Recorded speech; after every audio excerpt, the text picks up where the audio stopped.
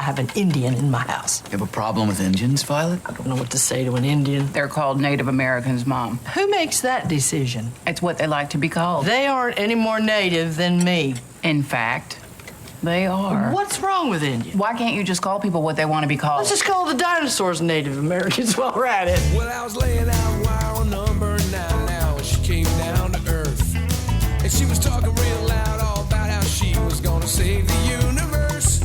I went and snuck a little peek in her blue eyes, and words just aren't enough. Oh, she had me off and running. Yeah, she did. Could it be that I got bored or lonely? Could it be that I'm just... Hey everybody, and welcome back to What the Hell Happened to Them. Julia Roberts carries this onward. I am your host, Patrick Skeyhill, and joining me on the line is Just Joe. For Will and Grace friends out there. Will and Grace stands out there. Oh, now you're gonna use that. Brought it back. And of course, on the audio boards is Lev Van Rensselaer reminding me to remind you that you can email the cast at whathappenedtothemcast@gmail.com. And our sponsor this week is CGI Fridays, a meal so good you wouldn't know it was virtual. All right, Joe, what movie are we doing this week? August, Osage County? Is it Osage? Did I say that right? Mm-hmm. Oh, hell yeah. First try. Because it could have been like Osage. I get it. Like sausage. Like sausage. Osage. Osage. Like, yo, sage. Joe, what happens in this movie? Let me tell you. This movie was about to be me telling you this. A look at the lives of the strong-willed women of the Weston family, whose paths have diverged until a family crisis brings them back to the Oklahoma house they grew up in, and to the dysfunctional woman who raised them. Yeah, I mean, I guess. I don't know how I would summarize this movie, but there is something, doesn't feel like it's all there. This movie, I bet, was a tremendous stage play. Oh, yes. Written by the great Tracy Letts. I was in a playwriting class at the time the movie was announced to be in development. And we had already been reading it. And it actually got performed at my alma mater as well. Like an outside troupe came in to like a real, not like students at the school did it, like real people did it. It was like they built a whole, it was like the Brady Bunch title credits. Like they had 9 rooms stacked on top of each other. Yeah, lights would come on in one room where if the action was happening in the kitchen. And then when they had to go to these other 2 people, like they would go to that, the lights would go on in that room and the lights in the other room would close down. Mm-hmm. It was really kind of a cool construction and idea. And I remember in the classroom, at some point when it got announced Julia Roberts was going to be in it, like somebody read it off of their phone. Collectively, the whole class groaned. I think that was a little unfair of us to presume she would be bad in this movie. Was she? Well, I mean, we've been talking about her. She's kind of in a little down slope right now. Yeah, she but I think when people are groaning, they're not thinking of even her most recent movies. I think they're thinking of like, I don't know, Eat, Pray, Love and like 90s rom-coms. But looking back now, I'd be like, Young Patrick, Duplicity, Full Frontal. And also her performance in Eat, Pray, Love isn't that bad. Erin Brockovich. She's incredible. We cannot deny how like that movie is so pitch perfect. Yeah, so I don't know like why. I think they were just like, rom-com Hollywood A-lister in this really important play movie. Mm-hmm. I think mostly she's fine. I actually blame a lot of the director on a lot of some of the choices that the actors make here. Oh, you mean John Wells? Are we going to talk about John Wells today? The director of this 2014, or is it 2013? It's 2013. This came out December 27th, 2013. It premiered at TIFF on September 9th, 2013. And then it came out the weekend of Christmas. Going for that Oscar run. Fucking George Clooney and Grant Heslov are producers on this movie. I know, I saw that there. She can't get away from him. Again, George being like, hey, Julie, will you do this movie? Boom, producer credit. So Sam Shepard comes back. I think they already had a trilogy. 3 seconds. So this is a quadrilogy. Yeah. I find it amusing that once upon a time, he would play Julia's lover. And now he's playing Julia's father. What movie were they lovers in? Pelican Brief. Oh, God, yeah, that was weird. Didn't he die very soon after this movie, too? He looked like he could. No, it was 2017. I mean, He was okay, so 73. 4 years later. Oh my God, he was 73 in 2017. God, that was a big age difference between those two, huh? Yeah, thank God they finally corrected it for this movie. And Julia wasn't even on set with him ever. So they couldn't have been like, hey, remember when this was creepy? Yeah, she's going younger. Ewan McGregor is younger by like 4 or 5 years. Yeah, good for her. The movie also not trying to make Julia Roberts look younger, which I'm a big fan of. Yeah, no, she looks great. Let's talk about Ewan, though. Miscast? Okay, yes. Here's what I want. Okay, we're sort of giving it away, but I was going to ask you, who's the weakest member of this cast? It is definitely him. It's a toss-up between him and Benedict. Benedict, I think, is horribly miscast, but Yes. does fine with the role. Ewan McGregor is notably bad acting compared to everybody else. He seems lost. He seems absent-minded. Yeah. He just doesn't know what he's doing. He's not given much. No. But it's also just like, he has no presence in this movie. No. And I'm just like, this poor fucker. And maybe they wanted to take advantage of that lack of presence to a degree, which I could kind of buy, but he just feels so out of place. I want to see where because he's kind of on an upswing in the moment right now. He's got a couple things going. Yeah, he's in a real bad place. A couple of years before, salmon fishing in the Yemen. Yep, never heard of that. I believe is that my guy? No, okay, good. Thank God. There's a similar sounding name. Haywire. I saw that movie. Do not remember a thing from it besides that he's one of the bad guys at the end. I have also not heard of that. That's a Steven Soderbergh movie. You should watch it. Watch this not memorable movie? Well, I mean, I gotta rewatch it. I think it's the plotting strange, and it was like from over 10 years ago. It was just The Impossible, which was that big whitewashed movie where you're like following the white family through the tsunami. Nope, I've not heard of this movie. Okay. Jack the Giant Slayer. Not heard of this movie. Nope. Okay. And then there's August Osage County. And then after that, he follows it up with A Million Ways to Die in the West. I've heard of that one. I haven't seen it. Oh boy. I watched Son of a Gun, which I didn't like. That was like an A24 movie. Not heard of that. And then the year after that, Mordecai. I've not heard of that. You've never heard of Mordecai? It's No. an infamous bomb. It's Johnny Depp really like slumming it, just like nothing. He's got nothing. So yeah, he's in a really bad place right now. Movies. Yeah, he's had a weird career. He's got all that Star Wars money. He's fine. It's the Star Wars that really just threw him for a loop because he had an interesting start. I mean, there's Trainspotting, of course. Sure. Yeah, the Danny Boyle movies. But yeah, completely lost this movie. Playing the husband to Julia Roberts, and I don't even know where to talk about it with him. No, I get what they're going for with the role, but it is not translating well. But now the counter to that is, who's the strongest performance in the movie? Gonna tell you right now, another weak spot for me was Meryl. I'm not that big into Meryl. I'm sorry. I'm going to talk about Meryl and Julia Roberts in this movie, but first I want to know, who do you think gave the strongest performance? I mean, Margot Martindale is pretty incredible. Margot Martindale She's really always killing good. it. It was a tough choice. Margot Martindale was up there, but I am totally blown away by what Juliette Lewis was bringing to the screen. Oh, okay.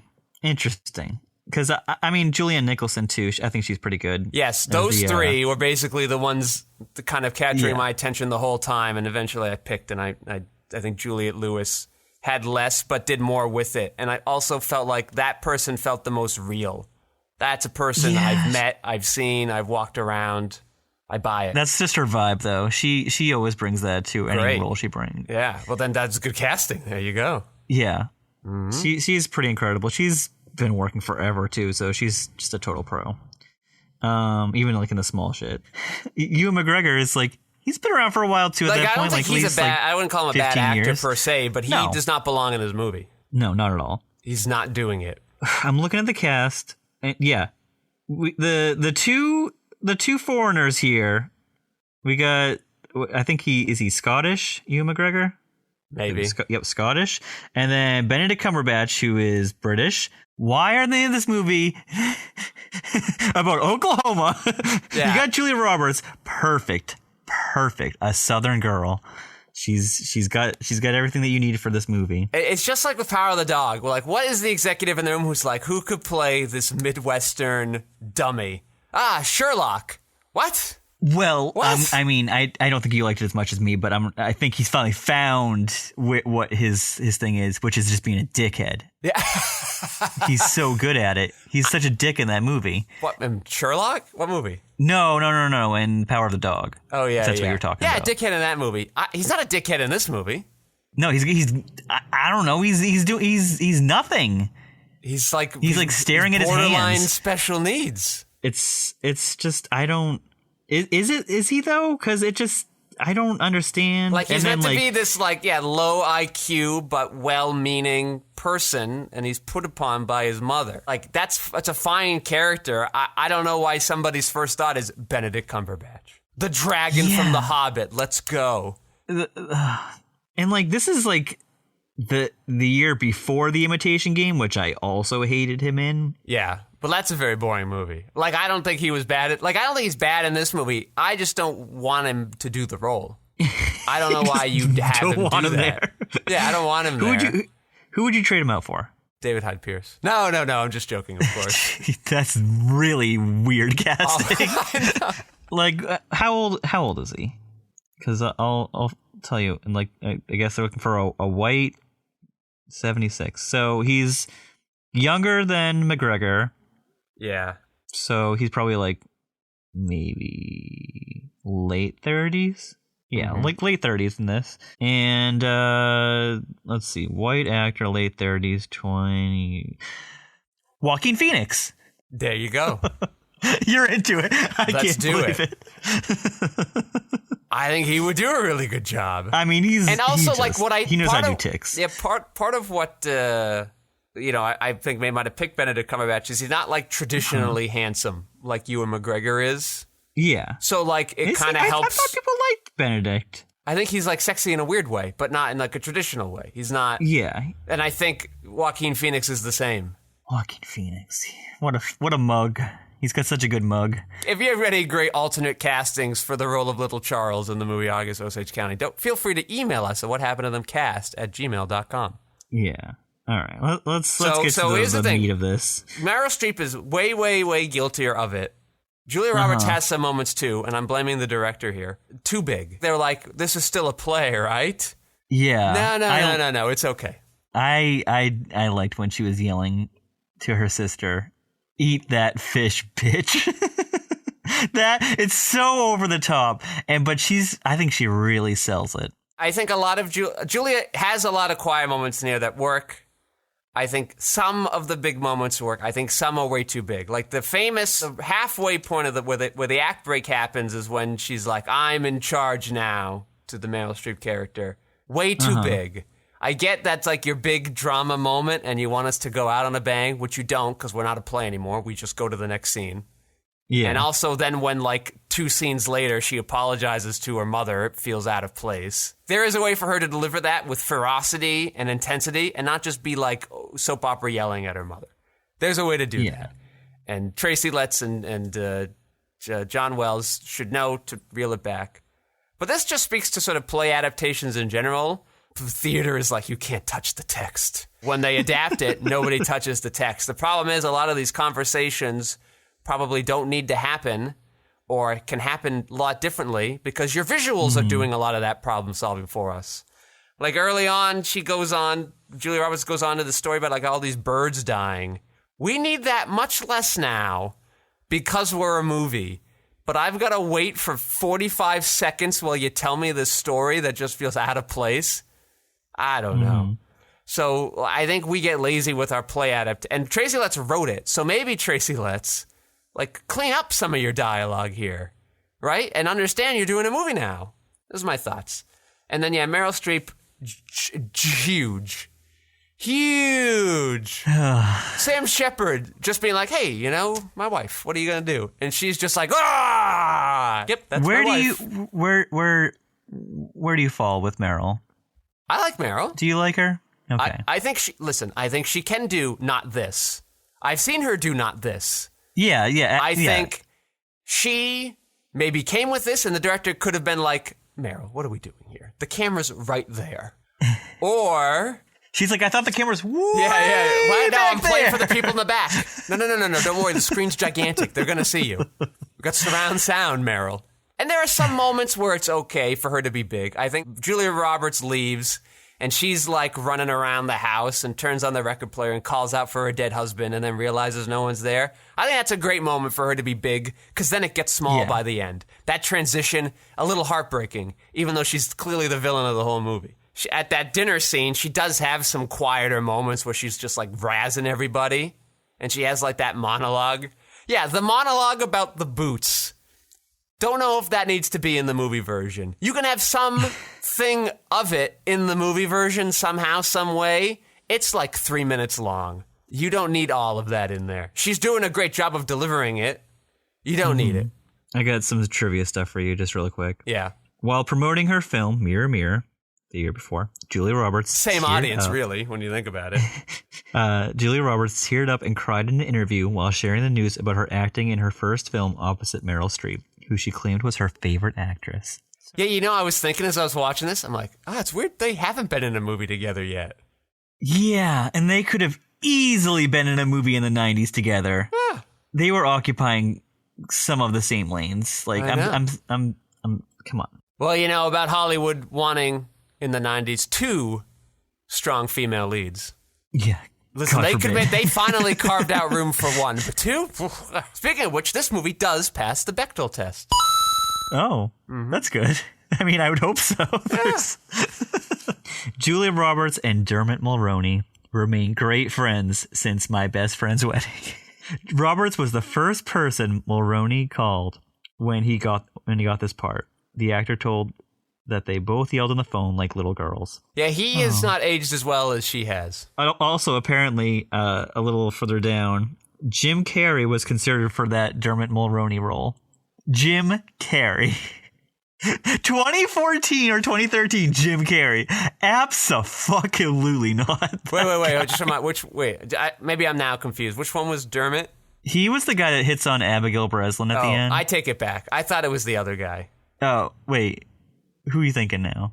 Regular Charles. Regular Charles? Yeah, not little Charles.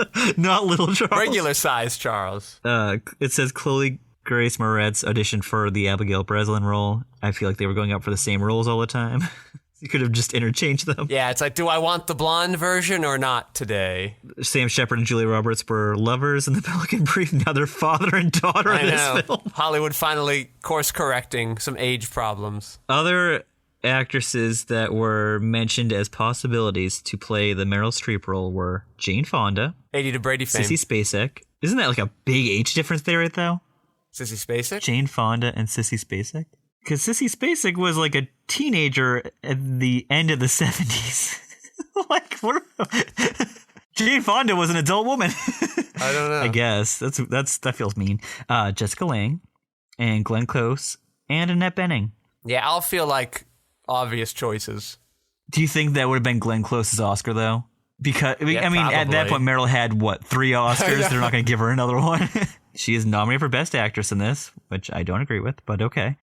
That's just legacy nonsense. Like when Spielberg gets nominated for Best Picture or Director for certain things, which he shouldn't. You're like, okay, calm down, Academy. I hope you're not disagreeing with West Side Story this year. Bridge of Spies? I wouldn't give him Best Director. Wow. Wouldn't do it. No. Wow. The Post? Wouldn't do it. Whoa! Oh! No, I know you're not going to rewatch it because I told you to, but I rewatched that movie because I didn't like it the first time I watched it. I thought it was boring as shit. I watched it recently, like maybe a month ago. That movie is directed the fuck out of by Spielberg. It looks incredible. It is amazing. It fucking flies. It's so good. That's a good Meryl Streep role. I stand for The Post. Yeah, what other Oscars did this movie get? Best Supporting Actress nominated. Like, I think it was only nominated. I don't think it won anything. Julia got Best Supporting Actress nomination. Meryl was. Interesting. Julia's considered supporting here. I would reverse them. Yes, absolutely. For ego purposes, you just make them both lead actresses and just shut up. And have them compete against each other. And the Emmys, in an ensemble thing like this, they would have no lead actors. They would all be considered supporting actors. I think that's a good compromise. Can you believe that Renee Zellweger was considered for the role that Julia got? Wow. Wow, that'd be wild. I'm sorry. Isn't it a crime that Renee Zellweger has 2 Oscars and Julia has 1? I think that's a crime. Judy, really? She had that tied up in September? Really? I know, yeah. Just Hollywood patting itself on the, like, oh, look at how great Hollywood is. Here we are. Was it a comeback? Because what has she done since? I know, Joe. I'm sorry. I did not agree with that at I'm all. on your side. No offense to Renee. Just not in agreement with that. Chris Cooper. We haven't talked about Chris Cooper at all. Oh yeah, that's Charles, regular right? Charles. That's Charles, regular Charles. Chris Cooper also killing it in this movie. He usually brings it though. Cooper's good. So what are the big scenes that you think of? As I'm watching the dinner scene, that's like 12 minutes. I'm like, this must have taken 2 weeks to film. It's so it goes wild. on a long time. And the coverage there is intense. Intense isn't the right word, but you have to cover so much because all of your big name actors are there, and they're all doing shit. Yep. And it's tough because they're all just sitting there. Though you have an interesting moment, like where that guy Dermot gets up to leave for his phone call. But like as we're seeing some coverage of the table, like he's in the background doing douchey phone stuff. You're like, oh, that's a little nice moment that you found there. That's good. I think the piano scene works. And then Margot comes in, starts yelling at them, and then Margot's like, hey, listen, we can't get them together because they're siblings. And Julia Roberts like, what the fuck? And she's like, listen, it just is, sorry. You've got to fix this. I think that's useful. I really like, this Juliette Lewis thing that's really drawing my attention is at the dinner scene, you can just feel the need she has for her mother's love there. It's one of the few understated lines of the play. Yeah. Where the mother clearly loves Julia more, and Julia wants nothing with her, and the other sister's sort of checked out, even though she's always around mother. But then also after the marijuana thing happens, and Juliette Lewis is like packing to leave, picked her side and is like trying to defend it, but clearly doesn't believe it. Like that's a really hard thing to do. And she's just yelling at Julia. I don't know. That scene really, really, really works. Yeah, I agree with you. Those are really good points. I discovered some stuff because I didn't know who John Wells was. Yeah. He's made a few movies that he's directed, this being one of them, obviously. He also made The Company Men, which I've never heard of. And he also did the Bradley Cooper is a Chef movie called Burnt. Yeah, interesting that he ended up here from that. Well, that's after this. Oh, that's what you wanted to turn this into, huh? Okay. Yeah. Before he did any of those things, though, in 1994, he was a showrunner on a little show called ER. He ran it for 6 seasons. Maybe that's the Clooney factor in all this. Yeah. He also he did showrunner, he directed, and he wrote on and produced the American adaptation of Shameless for 10 years. So was it they were just like, oh, this guy's done like dysfunctional Midwestern families? Yeah. I don't know if that's enough. That has to be it. No, that has to be it because that's what he did. He did that. And then while he's running that show, he does this movie, like almost immediately It after. just seems like we got these giant actors in this clearly prestige actor Oscar showcase thing. And that's the guy. Was it just like, well, we don't really need a good director because the actors are just going to bring it themselves. And what we've learned is, no, not true. Yeah, so crazy. No, you did need someone to kind of rein it in. You also need someone to like move the camera around. I'm less into do that. Something interesting. I didn't need that as much. You got to look at that script and do something with that. Like the script is the real crux of the movie. Despite it being a really good play, you haven't done enough to bring it into film yet. That's sort of the issue. Also, I would want a more established movie director because somebody's got to be able have the cojones to be like Meryl Streep. Let's go down a little bit. Yeah. Like me right now, I would be afraid to be like Meryl Streep. Can we try it this way? Because she's gonna be like, "Who the fuck are you?" And I would get it. You need someone that's been around and has a little bit of street cred, so Meryl Streep can be like, "Okay." Yeah, it received mixed reviews, and it was budgeted at $25 million. Do you want to guess the box office? I actually thought this movie was going to be budgeted much higher. Yeah, that's a pretty good budget, right? But it's like one location. It's in the house. That helps, but at the same time, your cast is like 11 people, and they're all names. Names, yeah, they're all big names. They're all big, and Meryl Streep and Julia should be commanding almost that money each, individually. Yeah, well... I'm just saying, good for everybody to take a paycheck to do this movie.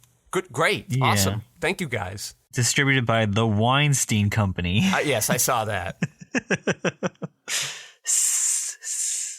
Little awkward. How much do I think it made? $63 million. Oh, it made 74. All right, way to go. So pretty good, right? Movie's a success. I might have been a little too hard on it when I was judging it, but Listen, I know a lot of people, especially people who've seen the play, don't like this movie as much. I kind of like this. I like this movie, I'd say. It could be better. There's a lot of things I'd like to change, but I think it works. I like it. I just remembered. I needed to bring this up. Were you having a little deja vu for a minute when Julia Roberts was chasing someone through a green field? Yeah. And like, were you like, I'm feeling like I see some fireflies in the garden. And it even had the same kind of music. Yes, it what are we doing here? That's a moment that's not in the play, if I'm remembering correctly. Of course it's not. So it's weird. Like, he wanted to add stuff to the movie because he realized it didn't just work if you just brought the play over, but didn't want to change any of the play's stuff. I'm trying to see who the cinematographer... Okay, good. It was not Julia's husband on this who did Fireflies in the car. He's like, I've got a great idea. Give me a second. I know, they're already slumming it with the director. They don't want to do the same with the DP. They got to make the actors look nice. That's why they're here. He's established, though. This guy, John Wells, I mean, he's a TV guy. I don't count it. But he's a big TV guy. ER? It doesn't matter. ER is massive. Different game. I agree, though. Because TV is closer to a play than film is. Have you seen the pilot to ER? Yes, Joe. I know, but I'm just saying in general. It's very good.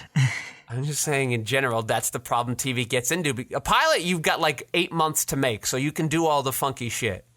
Then when you're going week to week, you just got to shoot your coverage and get out. You don't have the time. He didn't direct it, though. I know. I'm just saying. And TV scripts are written just more about the talking.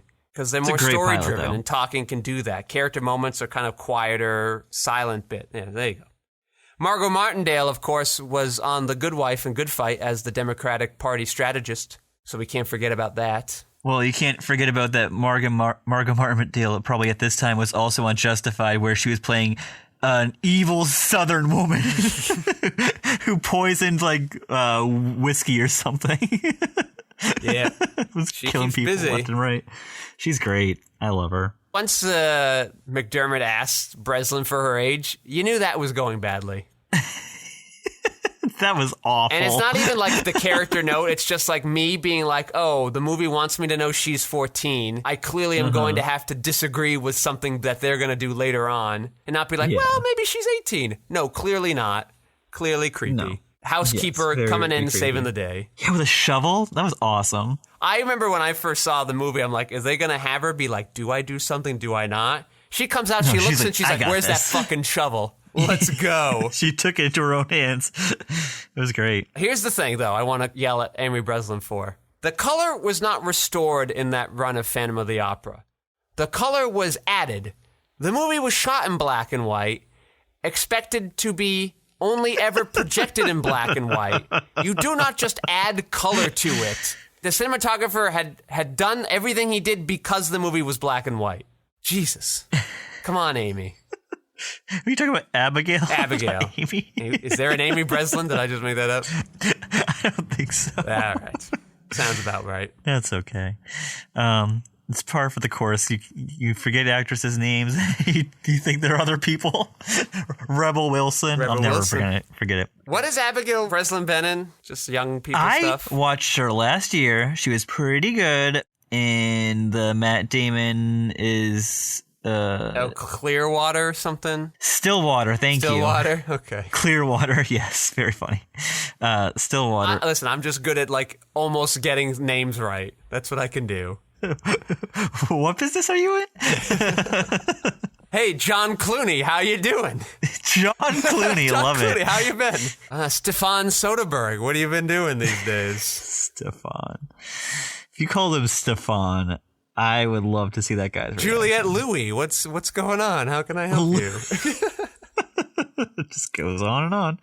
Did you ever see Licorice Pizza? I've not gotten to see Licorice Pizza yet. I've got the car now, so I've been able to go see more movies. That one hasn't worked out time-wise I wonder yet. if that's playing still. It still stopped has a playing screening here. or two around here. It's just always been at inopportune times for me. Drive My Car had quite a few, and Worst Person in the World, weirdly, it was like the week it came out, it had a bunch. Yeah, lucky Coastal Elite. You're on a coast too, Joe. You're just in like the blue-collar coast. Yeah, it's really blue around Yeah, here. they're not let me interested. tell They you. want to see Spider-Man all the time. They want pictures of Spider-Man. You know they brought back J.K. Simmons for that role, right? Yeah, I think somebody told me that. Yeah. Yeah. Was he in the middle ones too? No. He's Ah, just in the Tobies. Fools. Yeah, let's wrap it up. All right, well, does Roger have any notes on this movie? Roger, Roger, Roger. Roger, Roger, Roger, Roger. R-O-G-E-R. No, I think he had passed on by then. 2014? Really? Yeah, I think that's when his documentary came out. I thought his documentary came out like 2 years ago. Oh, jeez. Oh my God, no. I watched that when I was still living with my grandma. He passed away, April 4th, 2013 at Oh, 70 my years goodness. That was much, much earlier than I thought. old. Yeah, that is almost a decade ago. Holy crap. Yikes. Well, my life has been wasted. Don't say It's gone. It's already gone, Joe. It's over. All right, what are your last looks then, Joe? Last looks, eat that fish, bitch. Wise words to live by. I loved when she was screaming at Julia Nicholson. Yeah, to that eat one's a bit fish. too much for me. But most of the time, I think Julia has good control over what she's doing. The anger there a little big. Maybe she was trying to like match. That is clearly her, like, you know when they do the Oscar like scene when they're like, and Julia No, I don't Roberts think it's as- for that. I think in that moment she's trying to match Streep because the whole thing is like she's slowly becoming her, and her victory at the end is getting out of there. And Streep's just has to be so big. I think she has to match it. It also might be part of why she has to be so big at the end of the play act one. So there could be that. I don't know. Neither of those feel particularly Oscar-worthy line reads to me. But she does have a lot of other things you could point to and be like, here we go. It's just me hoping for it. When she's like, you're never coming back to me, are you? I think great moment there. I think there are a lot of good moments here. Or when she's like yelling at her daughter, and then like her husband is mad when she slaps the daughter. Like I think that's a great little scene between the three of them there. My last looks. Yeah, I mean, clearly actor showcase. These movies never really do amazingly well unless they're like Ocean's 11 and they're fun genre things attached to them. But no, let's come and watch good actors do good things, mostly. And there you go. Yeah. A couple of the non-play directing stuff feel kind of generic, like this field stuff with her running through it, or even just Julia looking at the town at the end, and you're like, okay, got it, well done. But otherwise, the directing there is perfectly competent and fine. I think I would have looked at some performances a little differently, but I could see why maybe he didn't want to tell certain people what to do. Overall, a fine movie. I got no beef with it. Yeah, so those are my last looks. I think it's worth a watch, but certainly not a fan favorite, maybe. All right, Joe. Thanks for stopping by this week, helping out. Of course. Thanks to Lev Van Rensselaer for being the audio maven that we are craving, helping us sound so slippery smooth. And I'd like to thank our sponsors, CGI Fridays. So good now, but in 10 years probably won't look that great. I am your host, Patrick Scale. You can find my features, documentaries, short films, video essays, animations, behind-the-scenes footage, and so much more at QuixoticUnited.com, and now all of our audio-related material on our sister YouTube station, Quixotic Harmonics. Thank you all for listening. Joe, say goodnight. Good night. Upside, inside out, living la vida loca. To push and pull you down, living la vida loca. A bit so different, skin's the color mocha. She will wear you out. Just living la vida loca. Just living la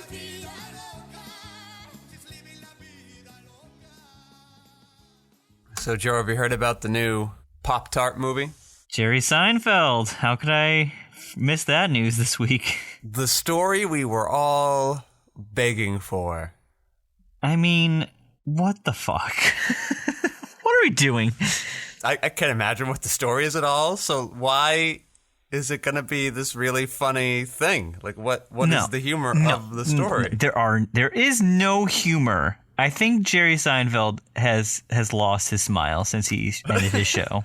Because, what the fuck? He waited to make his, like, feature film debut, right? Like, he's never been in movies before until B-movie. B-movie. Oh, yeah, his passion project. What the fuck? He's into bees. What is We don't have enough bees, Joe. No. This fucking director. Oh my God. The B-movie director? No, the one from the movie we just watched. Well, I'm not interested in that movie today. I'm on B-movies and Pop-tarts. You know what? I'll look up the Jerry Seinfeld movie. Jury Seinfeld. That, you know what I mean? There we go. I mean, Jury Seinfeld. He's been working since the 70s. Well, I guess he took a while to actually make something of himself, right? Yeah, stand-up comedy is a tough racket, I hear. I mean, I just assumed that he was an instant success, but it looks like he had to get his sea legs first. He's in the movie. His first movie was Eddie in '90. Oh my God, it's the Whoopi Goldberg basketball movie where she stars opposite Frank Langella. Oh, and then Jerry Seinfeld for good measure, I see. Well, he's a cameo in it. Oh my God, the cast in the Whoopi Goldberg basketball movie. The top four. This is what we got. Whoopi, Frank, Dennis Farina, a Michael Mann like regular, and Richard Jenkins. This movie was made in '96. This is a summer movie. This came out Labor Day. Memorial Day weekend. That's great. Yeah. Also, you have the pass, so it doesn't really affect you too much. But AMC is charging more for people to see the Batman. Did you read that article? No. Isn't that crazy? It makes sense. They're like, this movie people want to see. We can charge This more. popular Supply movie. and demand. Yes. Yes. It's crazy because that movie is like, it's supposed to come out on Friday, but everyone has seen it except for me. And I'm like, I'm waiting till Friday. That's the day it was supposed to come out. That's the day I bought my tickets for. Wait, so like it didn't come out. It came out today or yesterday? It came out like Monday. There's like been early screenings for this. Yeah. I had a friend that saw it Tuesday night, and I'm like, what? I'm going to wait. I have a babysitter situation because the movie's 3 hours long. Oh, okay. I was on the maybe camp. I think I'm not going now. 3 hours. Yeah, I was gonna hold off and tell you that, but I'll tell you if I think you'll like it. I barely wanted another Batman movie, and now I've got a fucking extra long one. No, thank you. It's very, very long. If I think you're gonna like it, then I'll give you a recommend. But if I think you can skip it, which most likely, I'll be like, yeah, don't worry about it. Watch some clips. I've been waiting for it for a very long time, so we'll see how it goes. Yeah, I can get why you are hopeful. I also am a big Pattinson stan. Exactly. Would you say stan? Yeah. What you meant fan? Like Eminem. Yeah, I'm an Eminem. You know how Eminem. I have no idea what you're talking about. Because I've gotten so scared because I'm like, oh no, you don't know anything I'm talking about. So I'm just like tripping over my words. I mean, I know who Eminem is. Yeah, he wrote a song off one of his LPs in the 90s called Stan, and it was about this crazy fan. And the fan's name was Stan? Yeah. Okay. But it's also been like reclaimed by other things and other stuff like that. But that's right. It's been reappropriated. Yes, absolutely. And it's just like, it means you are a big fan. Okay. Now I'm trying to think like who would be Batman that I care about enough to go see. You know who I'm thinking? David Hyde Pierce. He's more of an Alfred type, don't you think? No, well, that doesn't matter. Listen, even if it is ridiculous, that makes me almost want to see it more. Would you want David Hyde Pierce, like, what, in his 60s now? Or 70s? Any age, I'll take him. You know what you could do right now? Remember that Batman Beyond cartoon? He could be old man Batman, and then you get whatever young person you want. Well, the Flash movie that's coming out later this year is bringing back Michael Keaton's Batman. What? As old man Batman. Yeah, it makes no sense because... Okay. I'm not delving into this anymore. I don't know the comics, but that sounds stupid. But I like Michael Keaton, so I'm going to see it. Yeah, what else we got going on here? A couple of things I want to talk to you about. Because I sent you a text and you never fucking responded to it. Coda, the Apple TV Plus movie that is like a huge frontrunner in the Oscars now. Do you know who is... She's not like the star, but like she's co-starring in it. I don't know. A former colleague of yours. Fairuza Balk? I don't believe you two work together. Okay. The actress you starred opposite in Real Love. Cortland Jones is in Coda? Yes, she plays... Big in Coda? She's down the list, but she plays Miss Simon. She's in an Oscar-nominated Best Picture movie this year. Was some of this shot in Massachusetts? I have no idea where this was shot. I started it last night. She doesn't really travel so much. I haven't asked her to do much over here because she was sort of really localized there. Yeah. I just know that I was starting it last night or yesterday afternoon before I went to sleep, and I was like, I just wanted to see get the vibe of it, and I'm like, oh, I think this is a nice movie that me and Tanya could watch together. So we're gonna watch it Friday night after I drop off my daughter. And that'll be nice. Well, she was also in that movie, The Judge, that got some Oscars for something. Excuse me? She's in The Judge? Robert Downey Jr. Yeah, The she was Judge? in a scene with Robert Downey Jr. for 5 seconds. I'm looking this up right now. In the middle of filming our feature, she was in there for a little bit. She's like, I can't go on set this weekend because of this. She also couldn't come one weekend because she was in she had to be flown out to L.A. for a commercial with one Tom Brady. Jesus Christ. You love Tom Brady. Though you sadly couldn't see her in the commercial because they had her in a big rabbit suit. Well, it looks like she's playing a part in this, so that'll be nice. Well, you let me know how that goes, and I will check it out. How are you watching it? Do you have Apple Plus? I have Tanya's Apple TV Plus thing, because she got a free year of it with her cell phone thing. Yeah, she is redneck girlfriend number 1. In The Judge? Yes. Yeah, doesn't sound like a big part. This part in Coda, it's a very small cast, so the fact that she's in it. I think the fact that she has a name is promising. Yeah. I just thought you would like to know that because you worked with her. Of course I would. Yeah. I'll check in on her. Remember, were you there that day we shot that in the Boston basement? I was not on any part of the set for Real Love. No, this wasn't Real Love. This was a movie we did years later, The Stranger. Well, the woman from that, I was watching The Good Fight one day a few years back. Oh, she shows up. And then, in the background, she's there, taking a video of the fight going on between the two main characters in the scene. And I went, oh my goodness, is that? And then I texted her right away. I'm like, I think I just saw you in The Good Fight.